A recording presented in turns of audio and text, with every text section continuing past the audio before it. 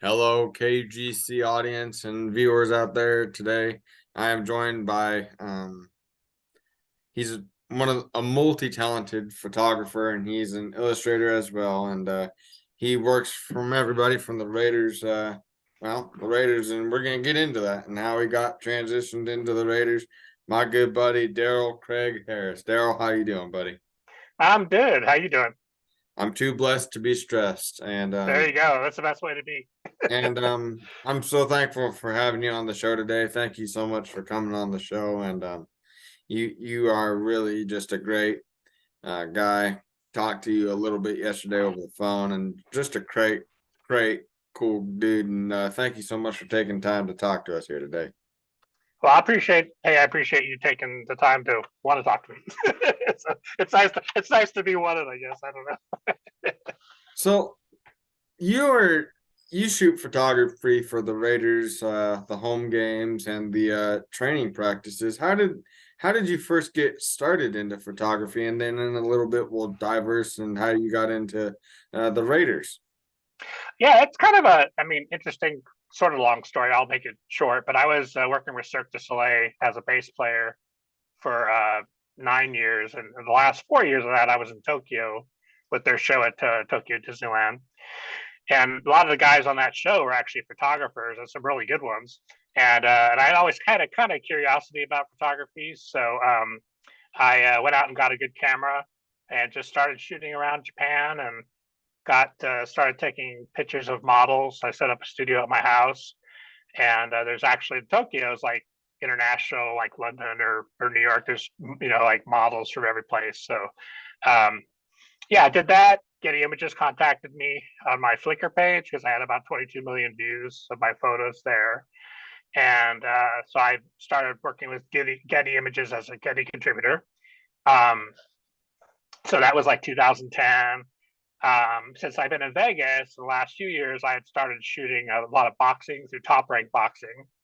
And that kind of progressed into I'm meeting a gentleman named Hado Carpenter, who's a Sports Illustrated publisher based here in Vegas with the Raiders. He had seen my boxing photos and invited me to come work with him because he's there with the Raiders every day. He's doing lots of stories. It's his part of Sports Illustrated is called Raider Maven because each team on Sports Illustrated has a nickname. So that's the Raiders nickname. So if you go to sportsillustrated.com/NFL/Raider Maven, that's where you'll see all my photos. That's where you're going to see Hondo's stories.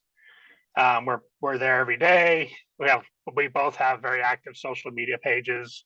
So I have photography. Like I said, I also do music. I'm still doing both. So I have a pretty crazy life. I'm actually playing for the rodeo today in a little bit. So I'll have to head out eventually. But yeah, so that's the long story in a short, I guess, short paragraph. So when you got the phone call from the guy who works for the Raiders, what was going through your head? Were you a Raiders fan growing up as a kid, or? Actually, I really was. I used to watch football with my dad. My dad was a high school football player. He went to Hawthorne High in California, which is actually known for the Beach Boys. He went to high school with the Beach Boys in 1955. Yeah, he was a big sports fan. So I grew up watching the Raiders and the Lakers and all those teams. I mean, I remember Al Davis really well, the Raiders kind of historic owner. So yeah, then I kind of lost touch with football. And I wasn't necessarily really a big sports guy. But then when this opportunity came up, I really look at it as primarily like a photo challenge. And photographing sports in general, especially football, it has its own unique challenges as a photographer. But then as you get to know the guys and as you learn more and more about what's the current state of the sport, I've become way more interested. As a journalist, you kind of have to approach it like, yeah, they're nice guys, and you may know them or you may be friendly with them, but you still have to report the story. So as we were talking about, the Raiders have had kind of a tough season this year. So even though we all like the coach, coach is a great guy. He's had some challenges, so you have to ask the hard questions. But those guys are also pros; they get it. So yeah, that's kind of that story. Yeah, and I love the fact that the Raiders. I love how they play football. I mean, the last time I remember watching a game was with Derek Carr, and Right. Derek, he's such a class player, and my buddy Austin, he's one of my dearest friends, Austin. He's a big Raiders fan, and so this is my Christmas present to him is interviewing somebody who works for the Raiders, and Yeah. so Well, kind of like let me it's like so just to clarify that because actually a lot of people have that kind of they think that I work with the Raiders. I actually work for Sports Illustrated and I'm assigned to the Raiders. So, but the Raiders do have their own dedicated photographers. There's two guys, and they're great. But what I do is more like I'm primarily doing photography, but I'm also doing like video for the locker room interviews and that kind of stuff. So that's kind of how that's set up. But so talk to us a little bit about where you grew up at, and what was it like growing up for you? Was it football every Sunday? Was it always Sunday, Monday, and Thursday, and eventually it moved to Saturday?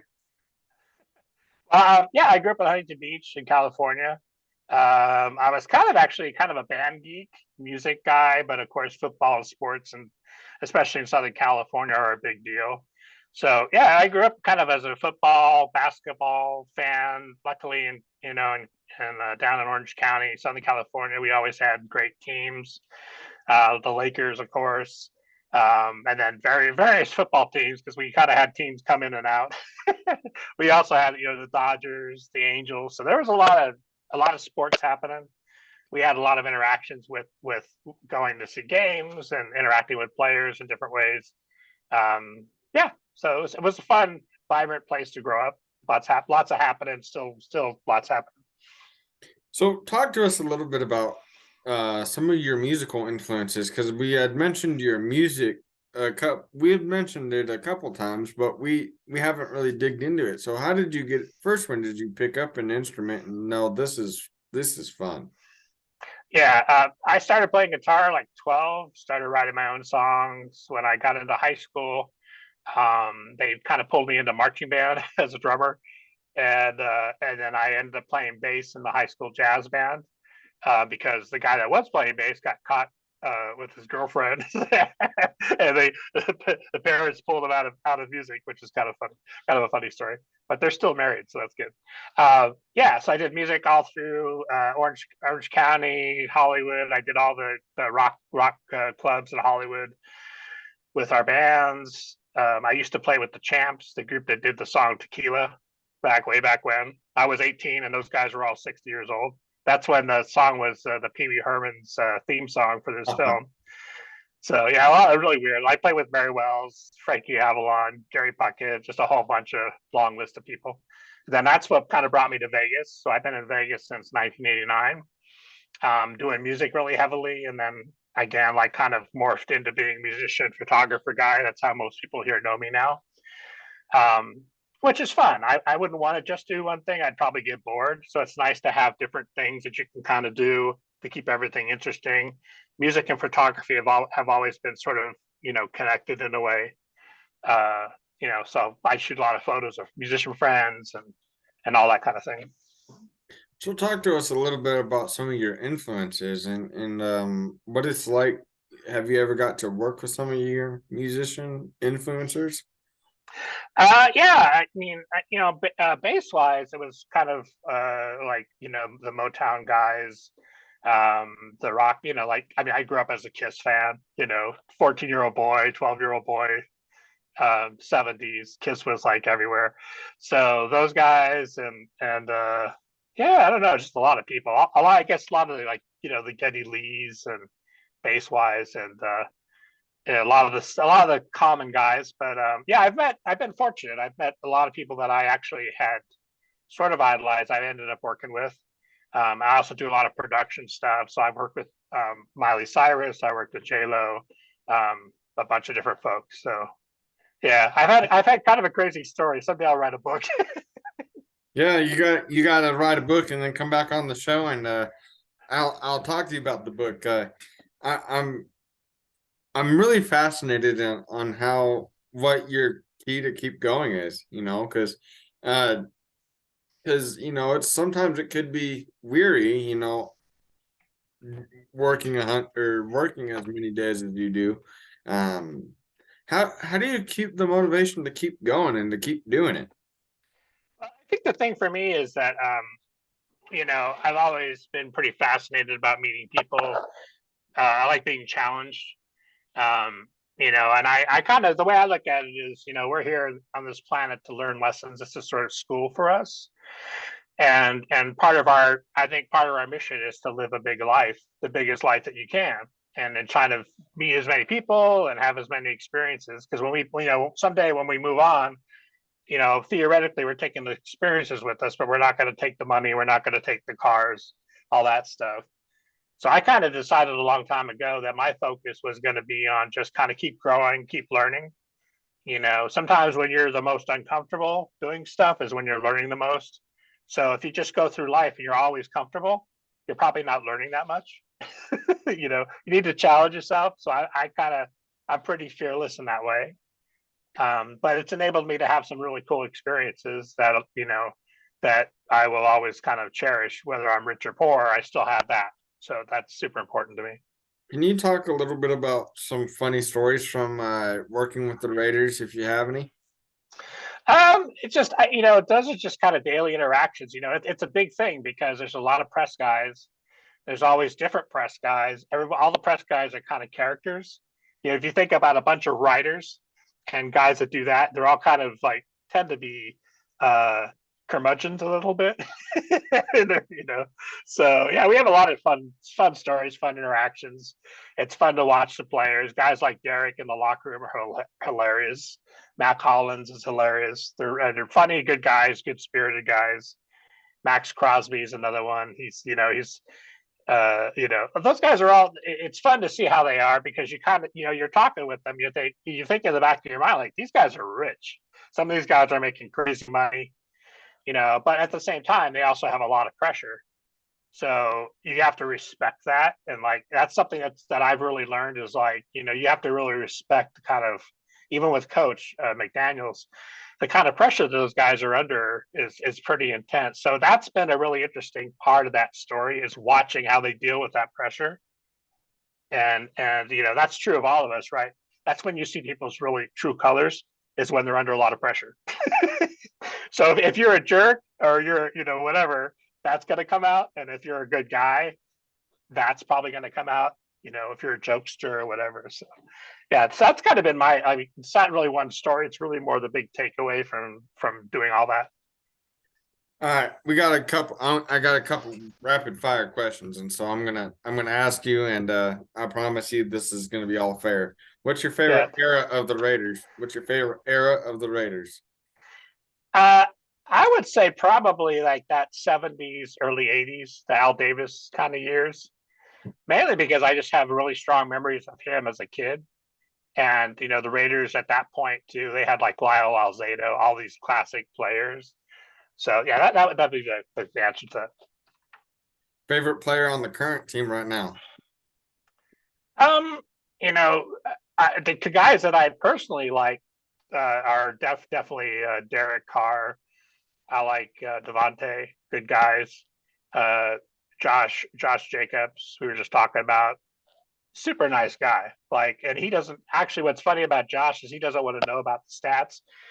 One of the interviewers yesterday was telling him, "Well, do you know that you're in the leading this and the leading that for rushing all-time Raiders rushing record?" But he had no clue about that.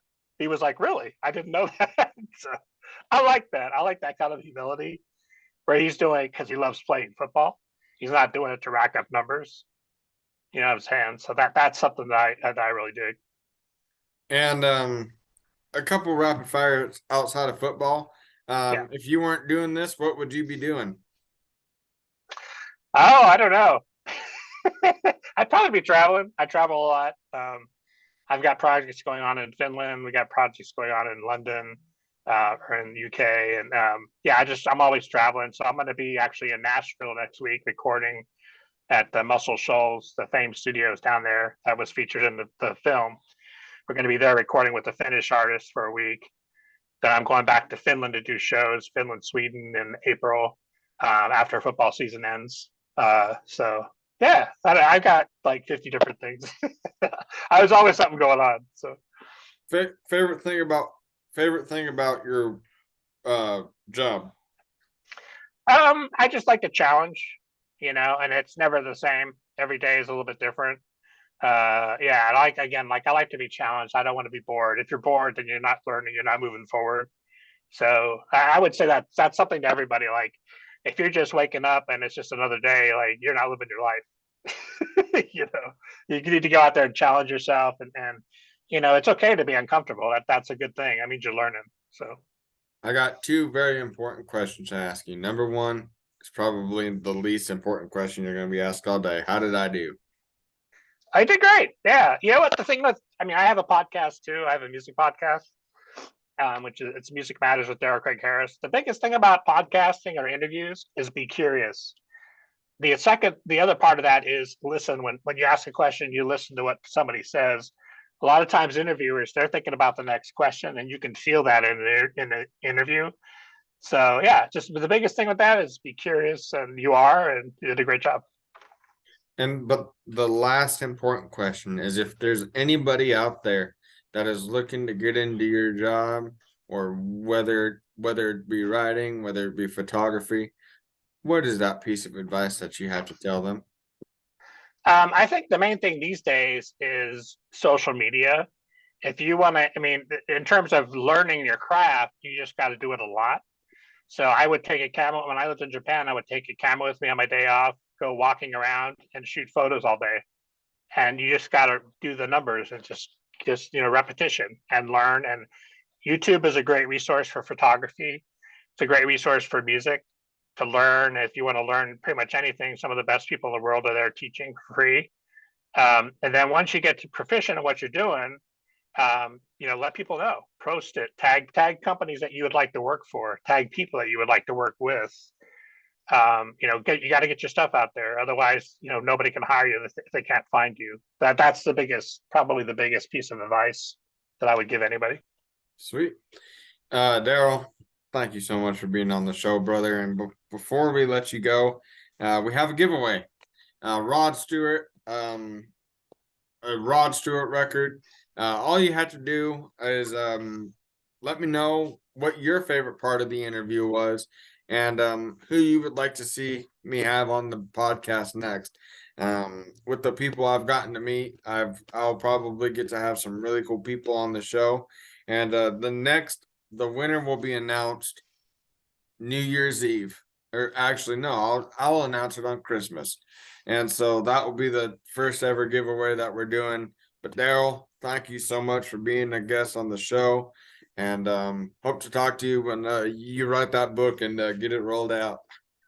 Yeah, I'll have to find time to do that. But yeah, thank you so much for having me. Appreciate it. And shout out to everybody that's listening to you and watching you.